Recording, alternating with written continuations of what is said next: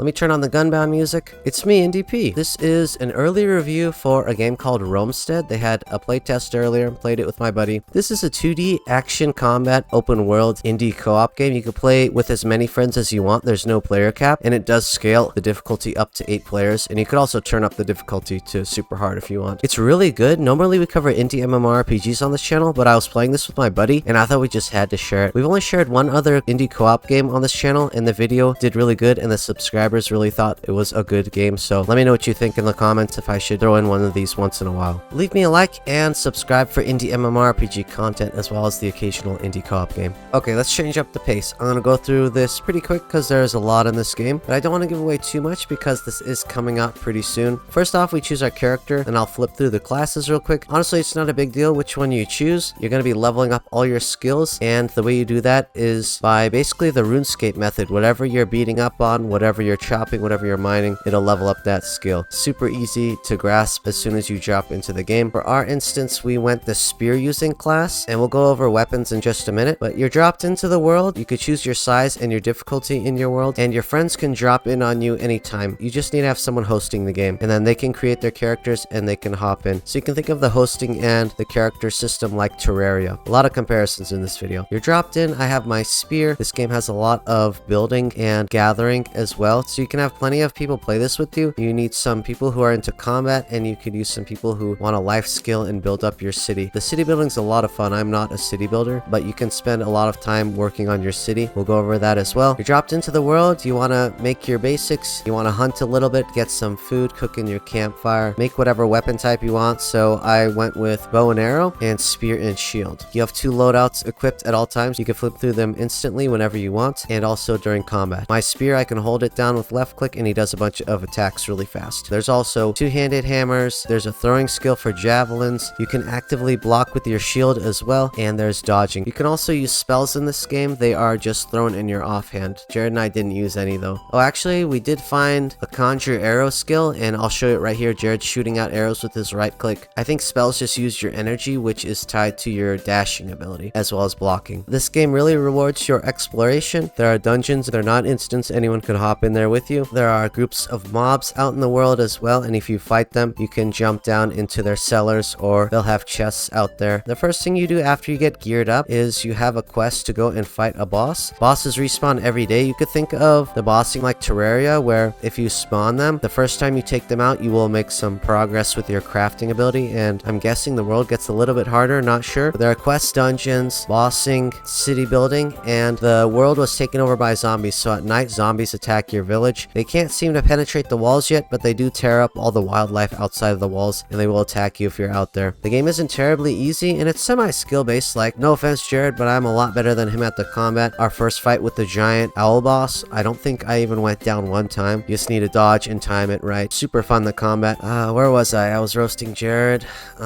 Dude, I forgot. Oh, and there's also the altar inside of your town. Since this is a Roman themed game, there are gods, and you could sacrifice items to them, which is another form of progress in the game. You unlock different upgrades for your town. You can unlock crafting recipes, and you can unlock perks and damage for your characters and so on. You also have a tree of traits for your character. You can build however you want. You gain experience by doing just about anything. Everyone makes progress and has a lot of fun. I also want to say everything is made with co-op in mind. You can build at the same time, which makes building faster. All the recipes are shared throughout everybody on the server, so you never have to worry about that. You can make a house in game. Everyone has access to all the chests, so you need to be careful with that. You don't want to invite any of your loot goblin friends. People can also base in another area. You set down a banner like in Rust, and it gives you basically occupancy of the area you can build in. Let's get into the building aspect. It's super simple and easy. I'm glad they didn't make it terribly grindy. For example, like a wall only takes 1 wood or 1 stone, but like when you break down boulders or cut down trees, they drop 3 or 4 of each of those. So building up your village is relatively quickly compared to if you played something like Life is Feudal or Worm Online. You know the struggle. I'm gonna pop up on screen right now how far Jared and I have made it. As you dive into dungeons and explore the world, you'll find survivors. Here's the UI for setting up your survivors to do different various jobs. It's a really cool system. I'm actually really impressed. For an indie game, this is really good, and I think it's gonna blow up if people discover it. I really want to play this with a massive group. I think that's the way to go, and everyone could do their own thing. No one's locked out of anything. It's great. But as you make progress with the altars and with with bossing, you unlock new buildings, and you also become semi-self-sufficient. So we have a wood cutting operation in town. We have one of our workers breaking rocks, and then it spawns in town, and we use the wheelbarrow in town to pick up 4 of whatever, and then we could drag it into our storage, and we just kind of stockpile in town. But there are unique nodes out in the open world. You need to keep going out and harvesting, like the copper nodes, and if you want a lot of something, you need to just go outside of your town and collect it. Overall, a great game loop experience. I think the progress is quick.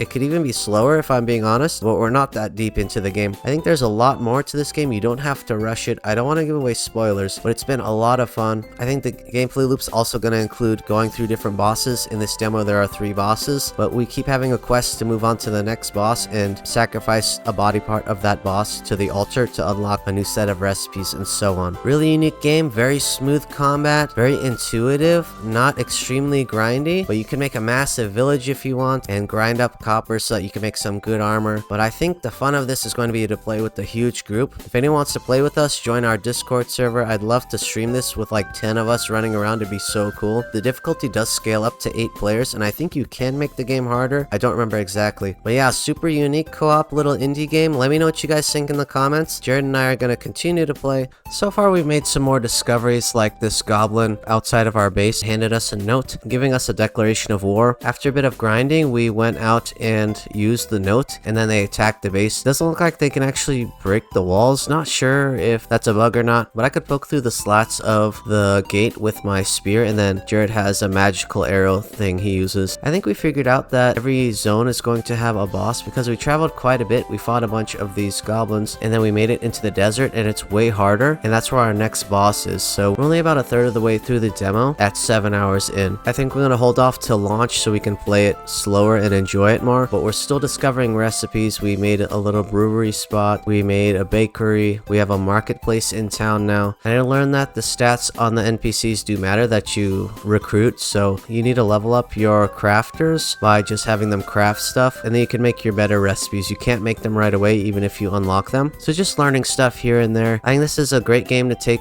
your sweet time on, and you could slowly build up your base, and then you can move on to the next zone. There's still a ton of dungeons we haven't gone through. There's a decent variety. Some of them are repeats, but you still find new recipes and weapons, and you find a survivor at the end of every dungeon as well. We're constantly surprised by unique little mechanics, like you can bring around a tent and you could set it as your spawn point temporarily, so you could set it outside of dungeons or outside of boss fights, and then you could just respawn right there. And we just discovered the ballista. We unlocked it by giving certain gifts on the altar to the certain god of war, and now we have the ability to use these ballistas, and we have to put arrows in them. So we're just constantly learning new mechanics and finding new stuff. We also figured out that you can chain up the wheelbarrow so you could take a bunch of stuff, but it's gotten substantially harder in the desert. We actually had to pull back to our starter zone, so the game isn't super easy, which I'm really happy about. We couldn't rush through. But let me know what y'all think in the comments. Leave me a like, subscribe for more indie MMO and co-op content. Let me know if I should do a full review when this game comes out. Give me your thoughts on if we should continue to show cool co-op games every once in a while. If you want to game with us, we have a Discord server, indie MMORPG themed, or you could play Romestead with us. I want to do a stream with a bunch of people, so I think that'd be really fun to have a huge village. Progress would go faster. But that's all for me. Thanks for stopping by, and until next time, I will see you in game.